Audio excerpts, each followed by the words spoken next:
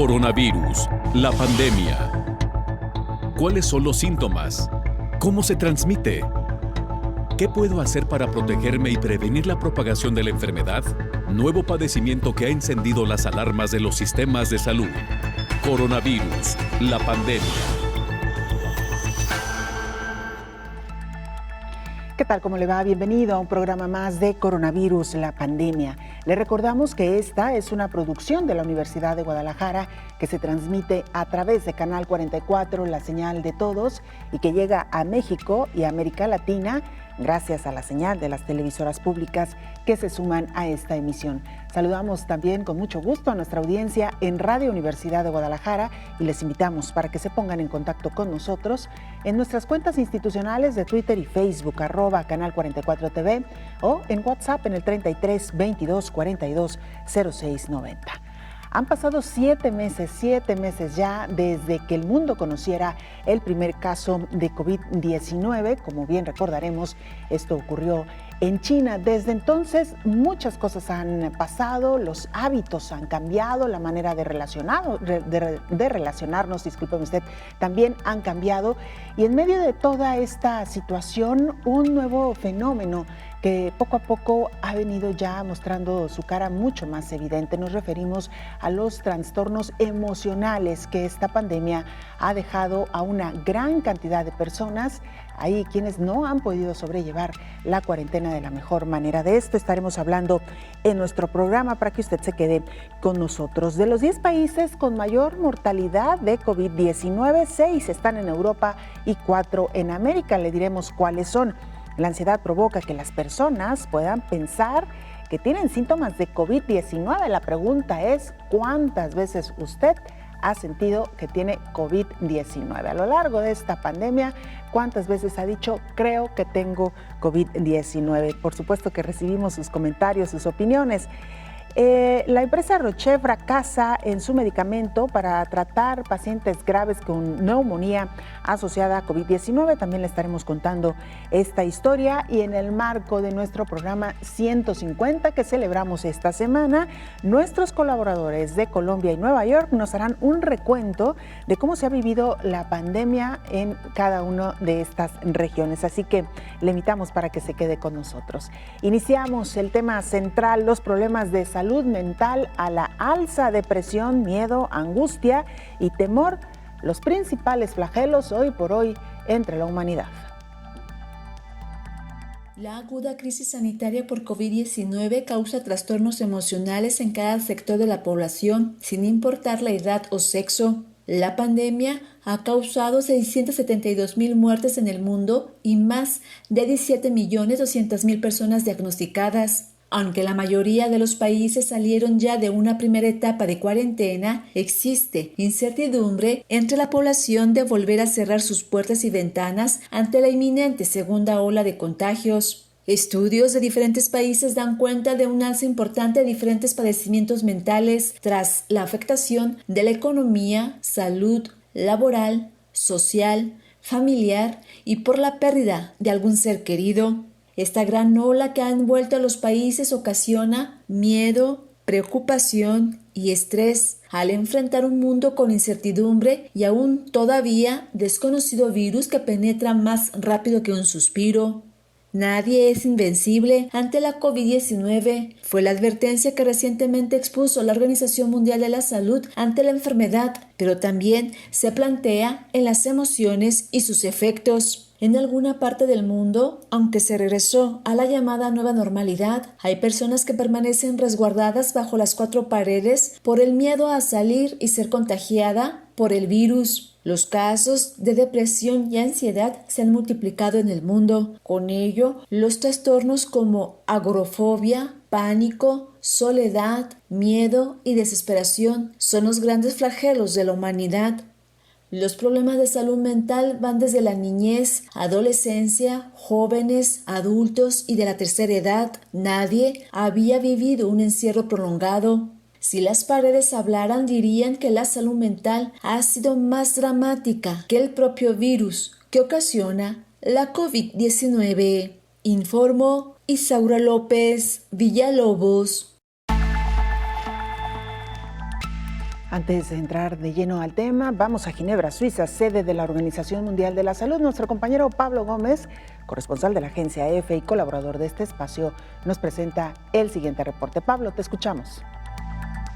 Hola, ¿qué tal? Buenos días, Belén. Buenos días a todo el auditorio de Canal 44. Los países latinoamericanos, según la Organización Mundial de la Salud, deben trabajar todavía mucho para frenar la circulación del coronavirus entre sus poblaciones y poner bajo control la pandemia. Así lo aseguraba en las últimas horas el director del Programa de Emergencias Sanitarias de la OMS, Mike Ryan.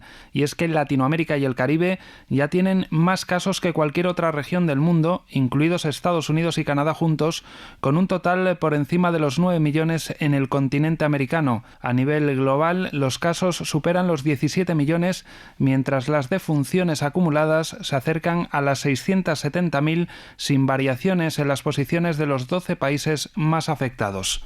Sobre Latinoamérica, Ryan decía que la situación es mixta, con algunos países muy afectados y otros mucho menos, aunque de manera general los casos y muertes siguen aumentando, decía, en grandes áreas de Centroamérica y Sudamérica. Brasil, Perú y Chile se encuentran entre los 10 países más afectados del mundo, pero también aumenta la preocupación por Colombia. Los contagios se han disparado en ese país desde hace varios días, no bajando de los 8.000 diarios y llegando a alcanzar en alguna jornada los 10.000. Colombia ha reportado a la OMS más de 276.000 positivos confirmados y cerca de 9.500 muertes. Ryan recordó que este país ha asistido también a poblaciones refugiadas, en particular de venezolanos, y ante situaciones como la de estos lugares, con complejidades económicas y sociales y con problemas de acceso a servicios básicos, subrayó que Latinoamérica requiere la solidaridad y el apoyo de otros países. Sobre aquellos países que frenaron más rápido la circulación del virus,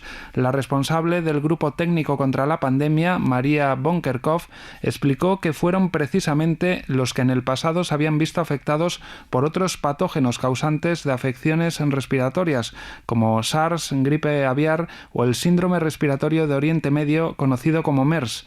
Agregó que también África reaccionó oportunamente por su experiencia en la circulación de enfermedades infecciosas. Y el director general de la Organización Mundial de la Salud, Tedros Adhanom Ghebreyesus, hizo un llamamiento a los jóvenes para que tomen las mismas precauciones que los adultos y se protejan del coronavirus, porque así preservarán a su entorno donde pueda haber personas vulnerables. Reportó desde Europa Pablo Gómez para el programa Coronavirus, la pandemia. Muchas gracias, Pablo, por esta información. Y mira, se lo decíamos también ya al inicio, de los 10 países con mayor mortalidad por COVID-19, 6 están en Europa, 4 en América. De los 10 países con mayor mortalidad por COVID-19, 6 están en Europa y 4 en América. Para comparar distintos países con poblaciones diferentes, se calculan las muertes en relación con una tasa de 100.000 habitantes. Así, los primeros lugares en Europa son Bélgica, Reino Unido, España, Italia, Suecia y Francia. El Reino Unido, entre los más afectados por la pandemia, reconoció que tiene un problema de enfermedades crónicas que contribuyen a la mortalidad. En el continente americano, los países con más mortalidad son Perú, Chile, Estados Unidos, Brasil y México. Estados Unidos tiene 4.3 millones de casos, pero en este indicador está en el 9º lugar a nivel mundial y en el 3º en el continente americano. El subsecretario de Prevención y Promoción de la Salud en México, Hugo López-Gatell, comentó que la República Mexicana ha tenido las más importantes epidemias de sobrepeso, obesidad, diabetes, enfermedad cardiovascular como un factor de riesgo. ¿Qué lugar ocupamos en América? Todo el continente, no solo América Latina, sino todo el continente, y ocupamos el 5º lugar en mortalidad con este 32.6 por 100.000 habitantes. La mortalidad en México contrasta con la de otros países vecinos. Pero hay distintas formas de ver la pandemia. La Universidad Johns Hopkins seleccionó a los 20 países más afectados por la COVID-19 y, de acuerdo con su tasa de mortalidad, son 6 las naciones de América Latina las que tienen más decesos: Perú, Chile, Brasil, México, Bolivia y Colombia, informó Elizabeth Ortiz. El SARS-CoV-2, el virus que causa la enfermedad de COVID-19, llegó para quedarse. Aquí una cronología de su paso por el planeta.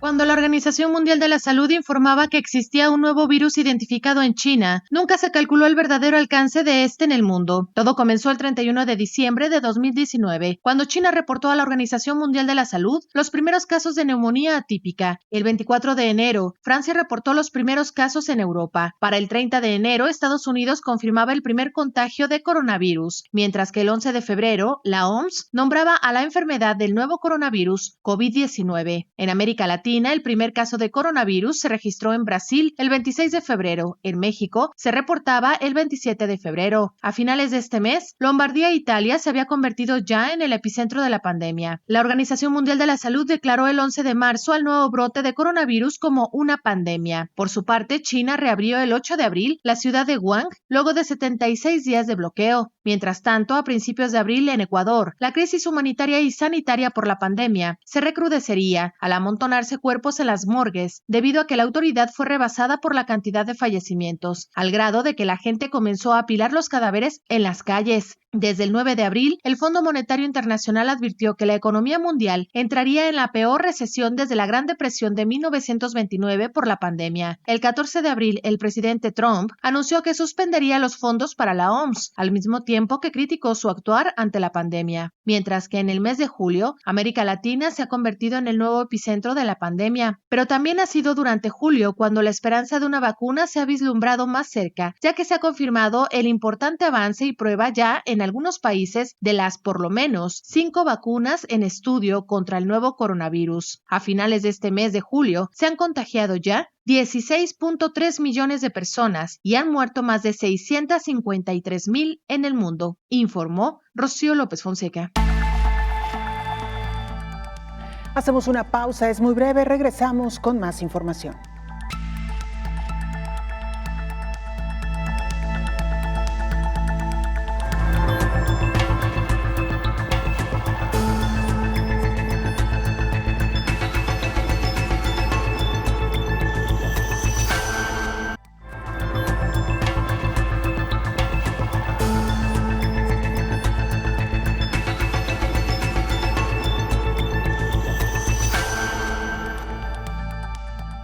Se lo preguntábamos al inicio de este programa, ¿cuántas veces usted ha dicho a lo largo de esta pandemia que tiene COVID-19? Al menos lo sospecha porque siente síntomas o percibe que algo no está bien en su cuerpo. Bueno, no es el único, no es la única que ha pensado que a lo largo de esta pandemia en varias ocasiones se ha contagiado ya de COVID-19. Y es que, mire, la ansiedad puede provocar que las personas crean estar enfermas de COVID-19.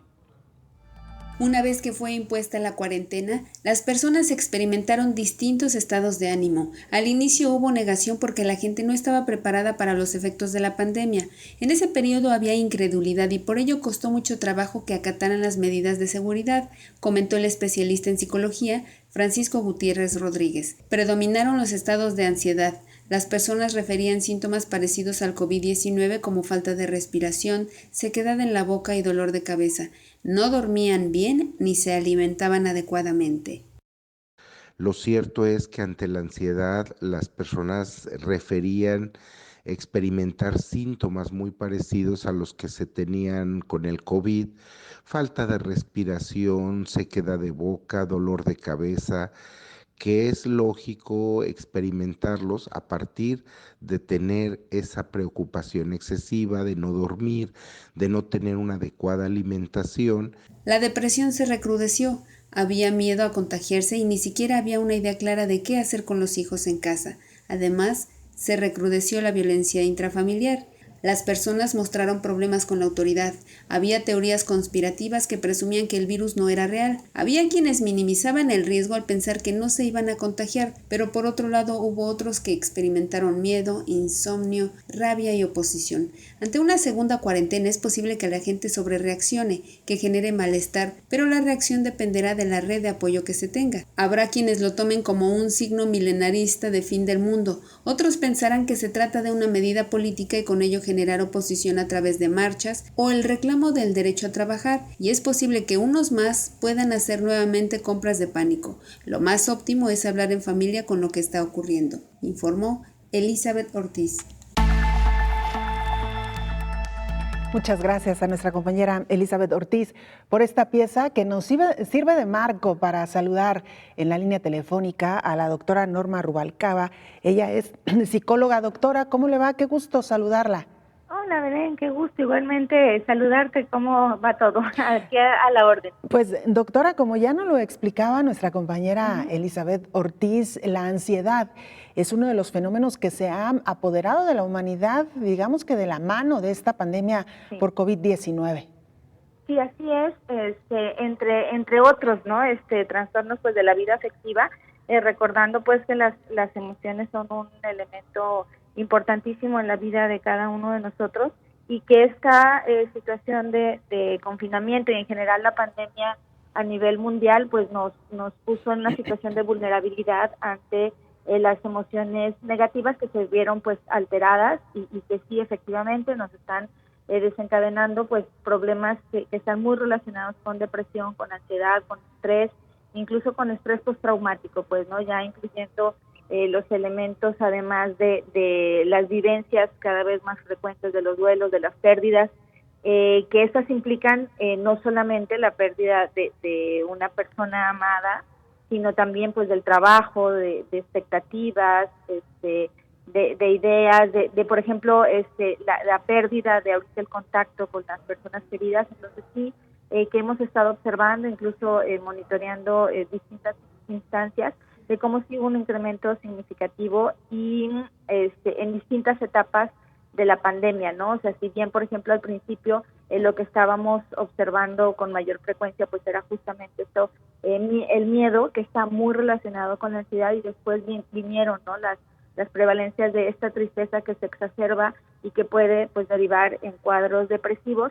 Y en esta última etapa de la pandemia también lo que hemos visto es un incremento, Belén, que esta parte nos preocupa, respecto a la elevación pues de las emociones que tienen que ver con la ira, con la frustración, con el enojo, y que justamente son algunas que pueden pues traer otros problemas sociales, como puede ser la violencia y el aumento del consumo de sustancias. Entonces, pues sí que tenemos otra pandemia, ¿no?, que viene como en la cola de esta, que tiene que ver con lo de salud mental.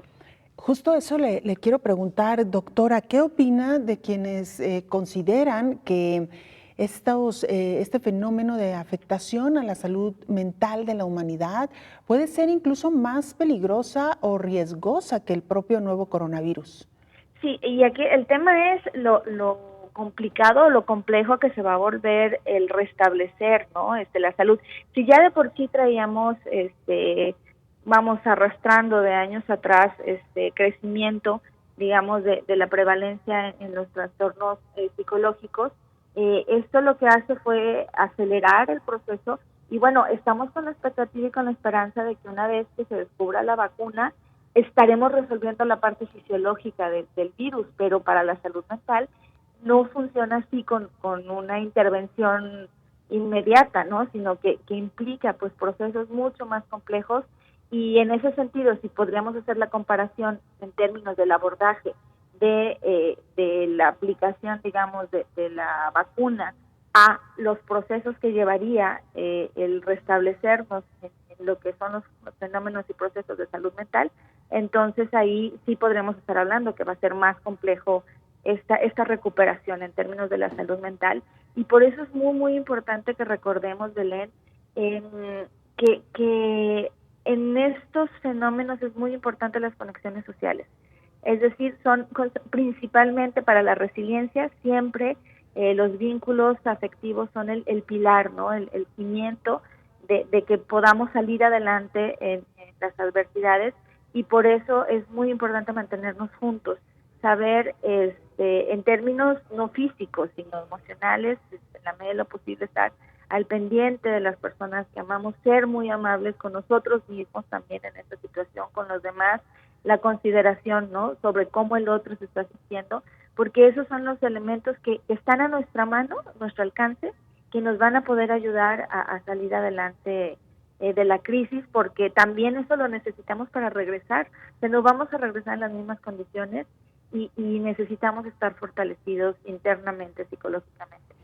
Claro, doctora, justo es lo que queríamos pedirle, un consejo, una recomendación, y me parece que conforme han avanzado los estudios en torno al comportamiento del virus, también es que podemos comenzar a tomar ciertas libertades, y quisiera ser muy cuidadosa con esto, doctora, pero recientes estudios demuestran que se puede hacer ejercicio al aire libre, es decir, se puede procurar salir a tomar un poco de sol, un poco de aire. Estas cuarentenas tan restrictivas de los primeros meses, poco a poco han comenzado a flexibilizarse. Uno sabe que puede incluso ir al supermercado tomando todas las medidas que se nos han recomendado y evitar así un riesgo, incluso paseos en auto, doctora, quizá ver algún familiar, no sé, a través incluso de alguna ventana. Es decir, se puede tomar ciertas medidas y con ello dar un poquito de respiro a este encierro tan restrictivo que tuvimos al principio. Y bueno, lo que hemos dicho también, el ejercicio en casa también puede ser una muy buena opción.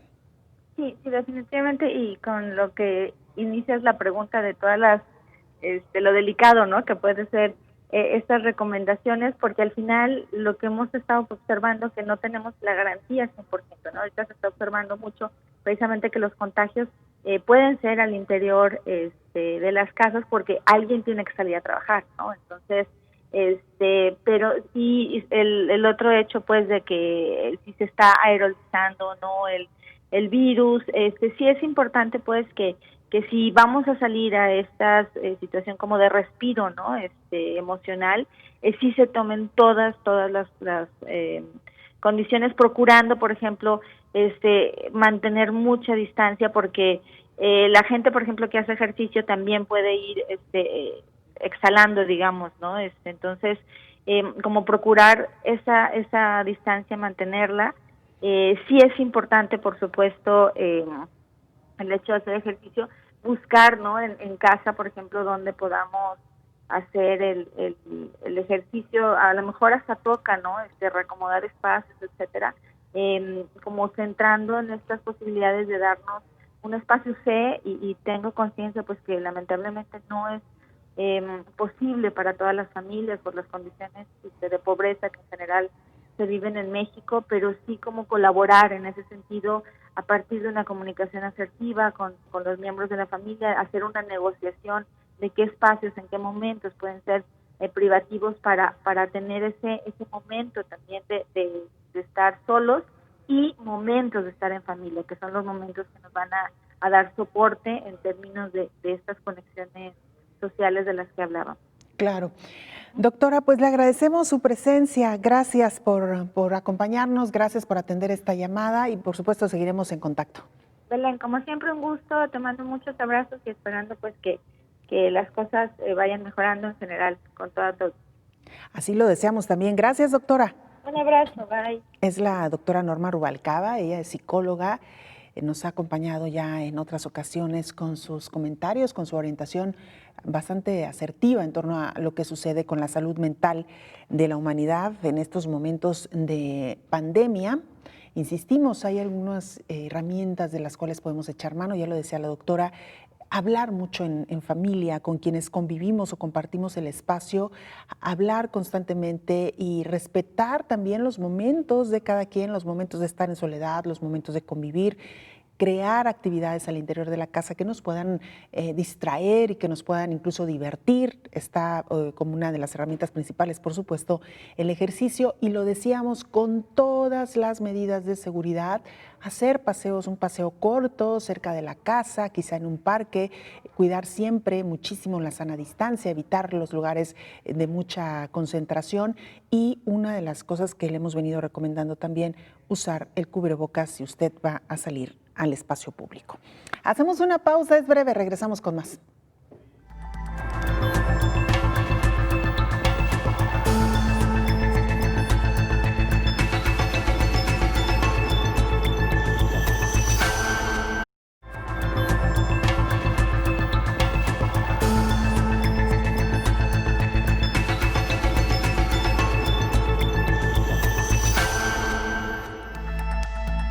Y mire, la historia no termina porque cuando algunos países pensaban que habían logrado controlar la transmisión masiva del nuevo coronavirus, resulta que han tenido algunos rebrotes o nuevas olas. Esto ha sometido a una nueva etapa de estrés a los habitantes de estas regiones.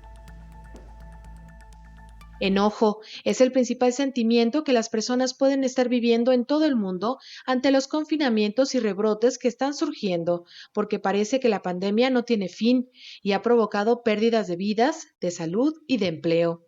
La coordinadora del programa Psicovid de atención a la salud mental de la población en los hospitales civiles de Guadalajara, Marcela Palacios Minacata, explica.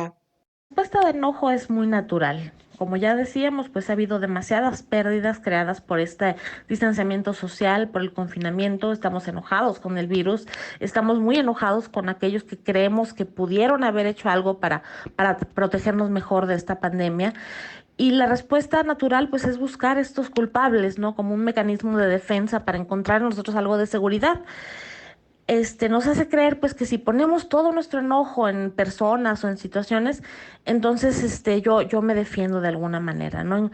Al encontrar un culpable me da un poco de seguridad o de certeza. Los especialistas de la salud mental en el mundo coinciden que la resiliencia es la solución para superar todo el caos que ha provocado en la salud mental de la población mundial.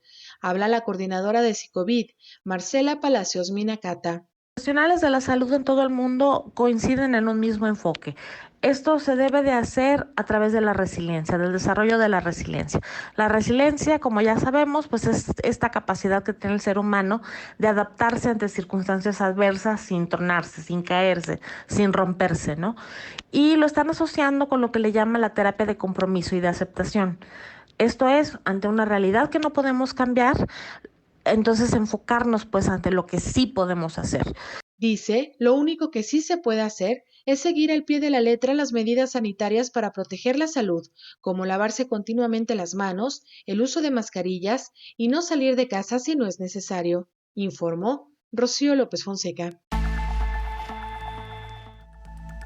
Nos da mucho gusto saludar en la línea telefónica al doctor Héctor Raúl Pérez Gómez, infectólogo. Doctor, ¿cómo le va? Lo extrañamos acá en el foro. Qué gusto saludarte, querida Belén. También yo los extraño, pero sin falta.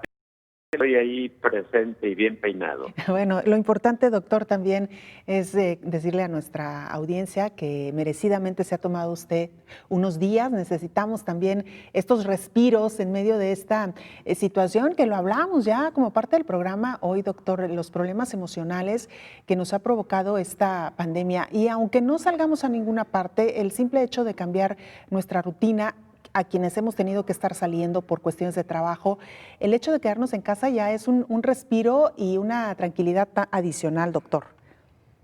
Definitivamente, Belén, y a veces debemos adoptar esas estrategias para hacer más llevadero este tiempo que ha sido difícil desde el punto de vista anímico, tal como lo hemos venido escuchando a lo largo del programa, y tal como de igual forma lo ha hecho patente la maestra Marcela Palacios, que ha sido entrevistada hace unos minutos, en donde pues precisamente ese estrés, la ansiedad que ha generado la pandemia en los individuos y en las familias ha llevado a situaciones en momentos muy difíciles desde el punto de vista de la salud mental, entre estrés, ansiedad, depresión y en algunos casos incluso trastornos mentales más importantes, profundos, que deben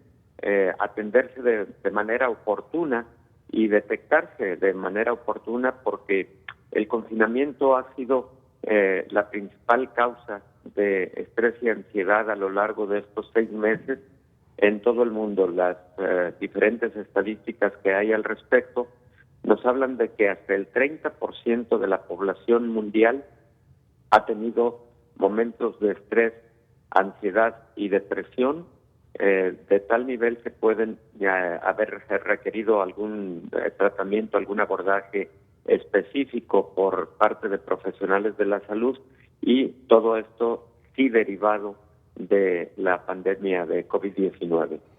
Claro. Doctor, hoy nos amanecimos con una buena noticia para México y yo quisiera concederle a usted parte del crédito, porque si alguien estuvo insistiendo ante los laboratorios a cuyos representantes entrevistamos aquí hace ya varias semanas, de que se incluyera a México en las fases de ensayos clínicos, fue usted, doctor. Y ayer, ya tarde por la noche, el secretario de Relaciones Exteriores, Marcelo Ebrard, anunciaba que México va a participar en la tercera fase del ensayo clínico de la vacuna contra el coronavirus que desarrolla la farmacéutica Sanofi Pasteur, con la cual también tuvimos oportunidad de platicar, doctor.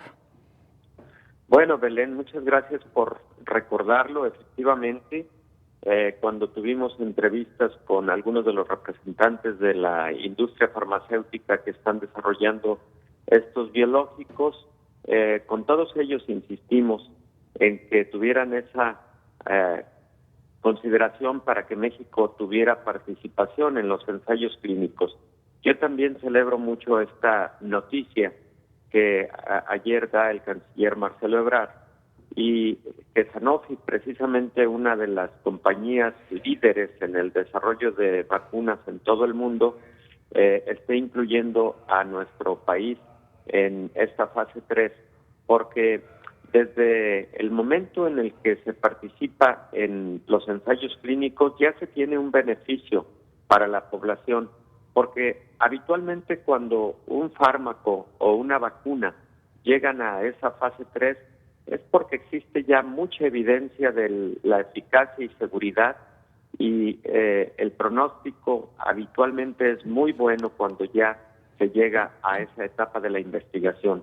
Entonces, habrá muchas personas beneficiadas porque van a ser vacunadas ya con un biológico que está en desarrollo, pero por otro lado, en el momento en que quede definido que este biológico fue eficaz y seguro para ser producido a alta escala y administrado a toda la población, bueno, su introducción al país va a ser mucho más rápida, mucho más fácil, porque ya las agencias regulatorias, en este caso COFEPRIS, habiéndose realizado los estudios en el país, ya no tendrán ningún contratiempo para autorizarlas para su uso inmediato. Creo que son las buenas noticias que todos queremos escuchar a lo largo de estas semanas que se presume serán muy difíciles para nuestro país, siguen siendo para todo el mundo, pero también las buenas noticias creo que nos deben alentar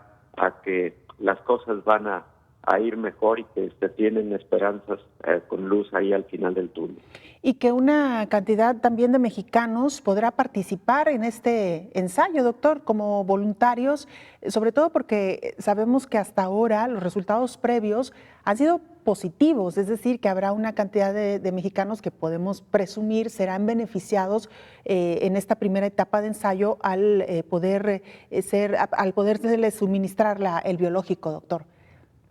Sí, efectivamente, Belén, ese es uno de los grandes beneficios. Los mexicanos que logren participar en estos ensayos clínicos como voluntarios y que seguramente van a tener respuestas inmunológicas con anticuerpos y con células de memoria del sistema inmune, como se ha venido observando en la fase 2 de los ensayos, y que estos anticuerpos y estas células pues habrán de proteger para largo plazo. Esperemos que sea para largo plazo. Eso estaría por definirse de acuerdo al número de dosis que se requieran para la inmunización. La mayor parte de los ensayos han ido requiriendo al menos 2 inyecciones, una separada un mes de la otra, y esta posibilidad de que permanezcan los anticuerpos a largo plazo va a depender del número de refuerzos que los estudios arrojen como necesidad para ese propósito de inmunidad de memoria. Claro.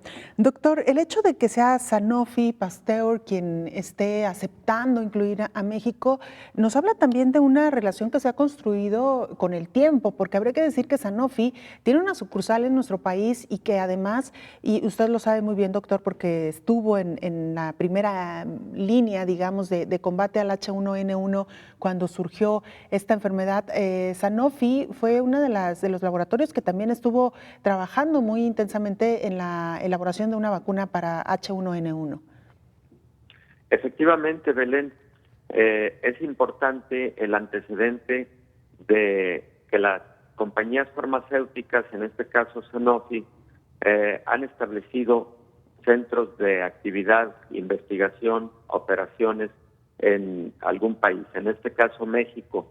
Y Sanofi fue de las farmacéuticas que en el 2009 trabajaron intensamente y tuvieron en tiempo récord, alrededor de 7 meses, un biológico útil, seguro y además eficaz para H1N1. Todos lo recordamos porque precisamente a partir del momento en que surge la vacuna en el 2009 y a partir del momento en que surge también oseltamivir como un antiviral de actividad específica contra el virus de la influenza tipo A, H1N1, en ese momento se empezó a observar el cambio significativo, la mitigación de la pandemia. Fue decisivo la aparición de los dos compuestos, vacuna y antiviral. Y bueno, en el caso de COVID-19, el desarrollo de las vacunas son lo que nos están dando la mayor esperanza. Por supuesto, también esperamos que surja algún fármaco antiviral. Por ahora solo Remdesivir ha mostrado este perfil. Sin embargo, pues lo comentado previamente en diferentes momentos en el programa, no ha existido una distribución generalizada de Remdesivir a costos accesibles para todos los países, lo cual es algo que también necesitamos. Pero por el momento, enhorabuena por Sanofi, que está incluyendo a México, enhorabuena a México, que está siendo incluido en estos ensayos clínicos fase 3 del desarrollo de una vacuna contra COVID-19. Yo me anoto para ser voluntario, Belén. Nosotros fuimos de los primeros que levantamos la mano, doctor, cuando hablábamos precisamente, y yo quisiera insistir en la labor que usted hizo directamente con los responsables de los laboratorios que tuvimos en la entrevista aquí, que fue usted muy insistente y muy puntual, incluyan a México en sus ensayos clínicos, lo cual, pues mire, hoy se está haciendo realidad, al menos con esta empresa francesa Sanofi. Doctor, vamos a hacer una pausa, pero le pedimos, por favor, si nos aguanta un momentito en la línea telefónica. Con todo gusto, Belén. Hacemos una pausa, regresamos con más.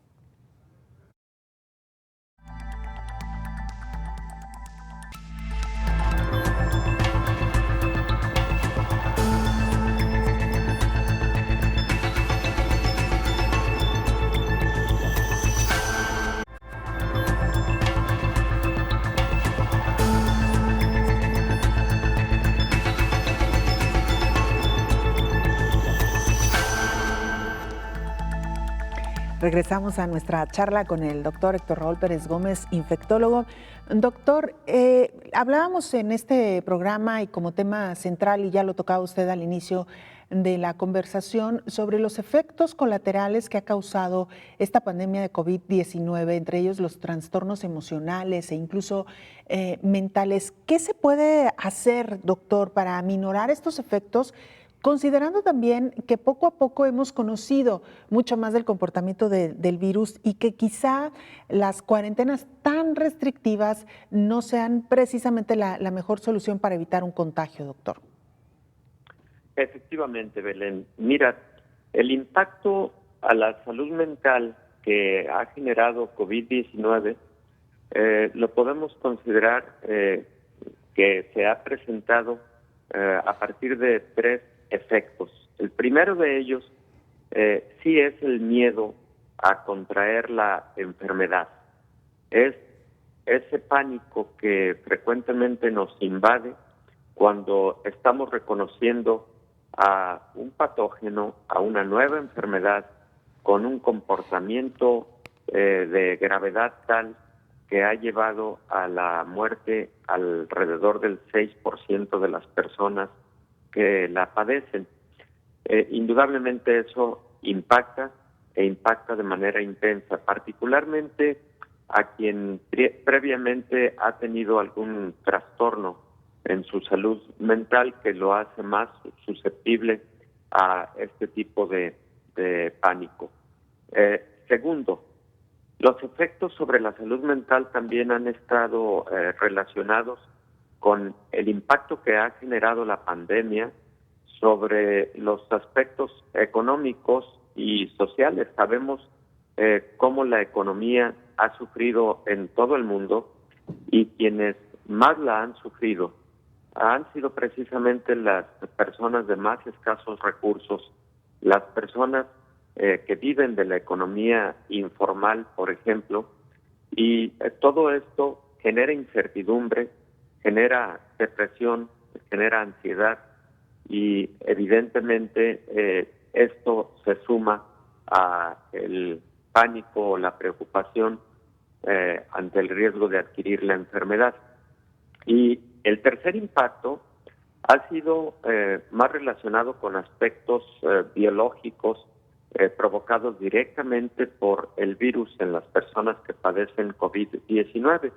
Lo platicamos en el programa hace un par de semanas, cuando hablábamos de los trastornos neuropsiquiátricos de COVID-19, tú lo recordarás, y decíamos que en el sistema nervioso central, en el cerebro, también existen receptores al virus, el receptor de la enzima convertidora de angiotensina tipo 2, tanto en los vasos sanguíneos cerebrales como en el propio tejido cerebral, y que existen muchos pacientes con COVID-19 cuya manifestación clínica puede incluir trastornos cerebrales, trastornos mentales, en algunos pacientes desorientación, en algunos pacientes incluso lo que pareciera un brote psicótico agudo, y en otros pacientes síntomas más de orden neurológico como convulsiones, por ejemplo, o hay pacientes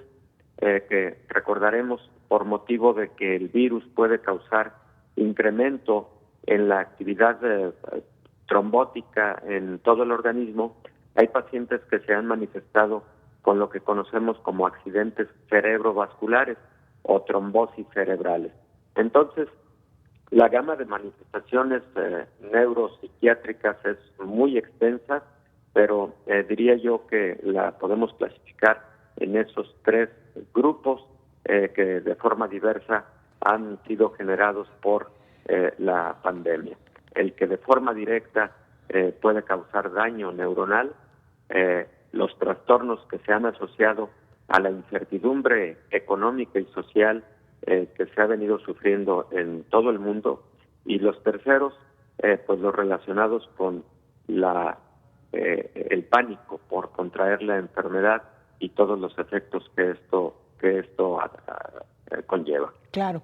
Doctor, quizá valdría la pena reflexionar un poco desde lo individual, cómo hemos enfrentado esta pandemia y tomar conciencia, más que preocuparnos, como dice la frase ya muy común, ocuparnos, cuidarnos, proteger a los nuestros, y quizá esto nos ayude a bajar un poquito el miedo y el estrés que tenemos ante la posibilidad de contagiarnos. En la medida en que atendamos las recomendaciones de las autoridades, de los expertos, de los especialistas, quizá podemos también disminuir el riesgo y con ello bajar un poquito al miedo y al estrés. En fin, doctor, ya tendremos oportunidad de charlar con mayor amplitud. Por lo pronto le queremos agradecer su presencia este día y una disculpa por haber interrumpido su descanso. Al contrario, Belén, para mí siempre es un gusto. Les envío un abrazo muy afectuoso, les digo que los extraño y efectivamente el lunes ahí nos vemos. Claro que sí. Gracias, doctor. Muchas gracias. Es el infectólogo Héctor Raúl Pérez Gómez, nuestro compañero, nuestro especialista, podríamos decir, que de cabecera, que nos acompaña aquí todos los días en esta mesa de trabajo. Roche fracasa en su medicamento para tratar pacientes graves con neumonía asociada a la COVID-19. Así ha sido esta pandemia, un acierto y luego en otros terrenos no tanto. Mientras nos mostramos felices por el avance de los biológicos, en el ámbito de los fármacos no hay todavía buenas noticias. El laboratorio Roche informó que su estudio Covacta, que se encuentra en fase 3, aplicado a pacientes hospitalizados con neumonía severa asociada a COVID-19, no alcanzó su objetivo primario de mejorar el estado clínico en pacientes adultos. Asimismo, los objetivos secundarios clave, que incluían la diferencia en mortalidad en pacientes a la 4ª semana, no fueron alcanzados. Sin embargo, hubo una tendencia positiva en el tiempo de alta del hospital en pacientes tratados con este medicamento. Este estudio es el primero global, aleatorio, doble ciego y placebo controlado de fase 3 que investiga el tocilizumab en este contexto. Sin embargo, la farmacéutica adelanta que continuará el programa de ensayos clínicos de esta molécula en COVID-19 para explorar el rol de este medicamento en otros esquemas de tratamiento, incluyendo la combinación de un antiviral. Los resultados se publicarán en una revista internacional. Levi Garraway, director médico y responsable de desarrollo global de productos de Roche, resaltó el trabajo de médicos y disposición de pacientes en todo el mundo, quienes se sumaron a este estudio durante una crisis de salud pública. El estudio Covacta se llevó a cabo en colaboración con la Autoridad de Investigación y Desarrollo Biomédico Avanzado de la Oficina del Subsecretario de Preparación y Respuesta del Departamento de Salud y Servicios Humanos de los Estados Unidos. Informó Rocío López Fonseca. Investigadores de Harvard estudiaron los casos de COVID-19 que presentaron pérdida de olfato. Un equipo internacional de investigadores dirigido por neurocientíficos de la Facultad de Medicina de Harvard identificó los tipos de células olfativas en la cavidad nasal superior más vulnerables a la infección por SARS-CoV-2, el virus que causa COVID-19. Encontraron que las neuronas sensoriales que detectan y transmiten el olfato al cerebro no se encuentran entre los tipos de células vulnerables. Los hallazgos indican que el nuevo coronavirus cambia el sentido del olfato en pacientes no infectando directamente las neuronas, sino afectando la función de las células de soporte, comentó el autor principal del estudio, Sandeep Robert Datta. Una vez que la infección desaparece, las neuronas olfativas no parecen necesitar ser reemplazadas o reconstruidas desde cero, pero son necesarios más datos. Los análisis de los registros electrónicos de salud indican que los pacientes con COVID-19 tienen 27 veces más probabilidades de tener pérdida del olfato, pero solo tienen entre 2.2 y 2.6 veces más probabilidades de tener fiebre, tos o dificultad respiratoria en comparación con los pacientes sin el virus. Algunos estudios han insinuado que la anosmia en COVID-19 difiere de la que es causada por otras infecciones virales, incluidos los coronavirus. Por ejemplo, los pacientes con COVID-19 generalmente recuperan su sentido del olfato en el transcurso de semanas, mucho más rápido que los meses que puede tomar para recuperarse de la anosmia causada por un subconjunto de infecciones virales que se sabe que dañan directamente las neuronas sensoriales olfativas. Además, muchos virus causan una pérdida temporal del olfato al desencadenar problemas respiratorios superiores, como la nariz tapada. Sin embargo, algunos pacientes con COVID-19 experimentan anosmia sin obstrucción nasal, informó Elizabeth Ortiz. Ha sido parte de este programa presentarle también a usted los avances científicos que hay en torno a la pandemia de COVID-19, cómo frenarla. Y mire usted, mascarillas de tejido producidas en Portugal parece que neutralizan el nuevo coronavirus. Son las primeras mascarillas de tejido en el mundo capaces de neutralizar el coronavirus. Moxatec, de origen portugués, reduce casi por completo la transmisión de la COVID-19. La asociación entre entidades científicas, académicas y empresariales ha dado como resultado una mascarilla que cuenta con una composición innovadora. Tiene 3 capas y la más cercana a la piel está impregnada con un principio activo que neutraliza el virus. Las pruebas que hicimos en el Instituto de Medicina Molecular con la COVID-19 muestran que después de media hora en contacto con el tejido se neutraliza casi toda la carga viral del patógeno. Se logra neutralizar en torno a un 99% del coronavirus. La capacidad de neutralización del virus que posee la mascarilla se mantiene incluso después de 50 lavados. El novedoso producto no contiene elementos químicos perjudiciales para la salud de los ciudadanos ni para la piel. Neutraliza el virus, pero no lo hace a través de metales pesados, sino de un producto químico biodegradable que es completamente seguro para la salud del ser humano. Las mascarillas tienen un precio unitario de 10 euros. Se pueden comprar en Portugal y también en el resto de países de la Unión Europea. Enhorabuena por estos avances científicos. Como usted sabe, hay toda una comunidad médica, pero también de científicos, tratando de encontrar herramientas desde todos los ámbitos que ayuden a frenar la transmisión del nuevo coronavirus SARS-CoV-2, que como usted sabe causa la enfermedad de COVID-19. De esta manera llegamos al final de esta emisión. Muchas gracias por habernos acompañado. Por supuesto queremos agradecer a las televisoras públicas que se suman a esta señal que sale desde el foro de Canal 44 y que nos hace posible que lleguemos a varias ciudades de México y por supuesto también a varios países de América Latina. Concluimos esta semana en la que, por cierto, celebramos 150 programas. Seguimos celebrándolo y seguimos agradeciéndole también por habernos acompañado y por seguirnos acompañando a lo largo de todas estas emisiones. Nos despedimos, muchas gracias por habernos acompañado. Nos vemos en la siguiente emisión de Coronavirus, la pandemia. Hasta entonces. Coronavirus, la pandemia.